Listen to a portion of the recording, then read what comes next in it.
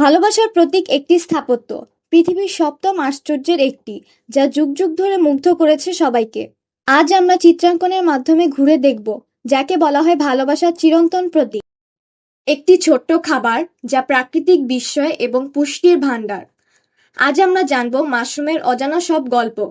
একটি সবজি যা কেবল খাবারের স্বাদ বাড়ায় না, আমাদের স্বাস্থ্যকেও রাখে উজ্জ্বল। আজ আমরা তুলে ধরব সেই গাজরের চমৎকার গল্প।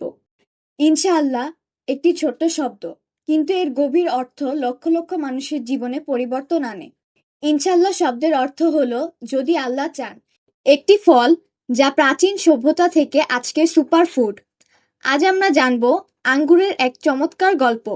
জলপ্রপাত প্রকৃতির এক অনন্য সৃষ্টি, যা আমাদের মুগ্ধ করে তার অসীম সৌন্দর্য দিয়ে। জলপ্রপাতের ইতিহাস প্রায় পৃথিবীর সৃষ্টি থেকেই। একটি শব্দ যা আমাদের মনে আনে দৃঢ়তা এবং আল্লাহর প্রতি আমাদের বিশ্বাস প্রকাশ করে। সেই শক্তিশালী শব্দটি হলো আল্লাহু আকবার। আপনি কি জানেন, একটি মাত্র শব্দের মধ্যে লুকিয়ে থাকতে পারে শান্তি, কৃতজ্ঞতা এবং ভালোবাসার বার্তা? সেই শব্দটি হলো আলহামদুলিল্লাহ। তাজমহল নির্মাণ শুরু হয়েছিল ১৬৩২ সালে। মুঘল সম্রাট শাহজাহান তার প্রিয় স্ত্রী মমতাজ মহলের স্মৃতির উদ্দেশ্যে এই মহাকাব্যিক সৌধটি নির্মাণ করেন। এটি প্রথম কুরআনের সূরা আল কাহফ এ উল্লেখ করা হয়। সেখানে আল্লাহর নবী মুহাম্মদ সাল্লাল্লাহু আলাইহি সাল্লামকে ভবিষ্যৎ কাজের কথা বলার সময় ইনশাল্লাহ বলার নির্দেশ দেন। প্রথম গাজর চাষ হয়েছিল ৫,০০০ বছর আগে, বর্তমান আফগানিস্তানের অঞ্চলে।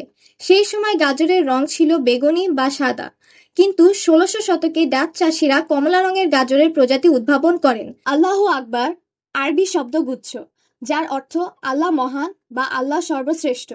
এটি ইসলামের অন্যতম পরিচিত এবং গুরুত্ববহ শব্দ। প্রাকৃতিক পরিবর্তনের সময় নদী ও পাহাড়ের স্রোত তৈরি হয়, আর সেই স্রোত পাহাড়ের কিনারা দিয়ে পড়ে সৃষ্টি করে জলপ্রপাত। প্রাচীন সভ্যতাগুলো জলপ্রপাতকে পবিত্র মনে করত।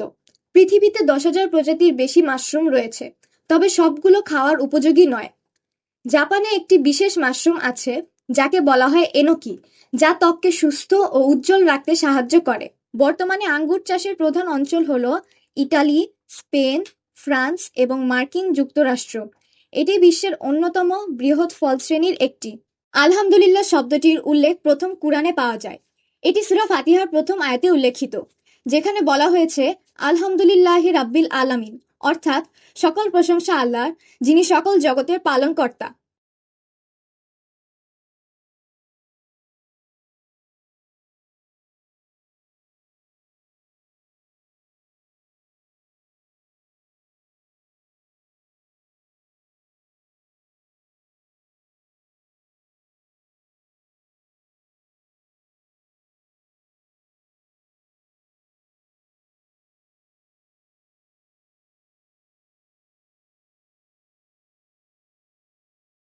আজ এখানেই শেষ।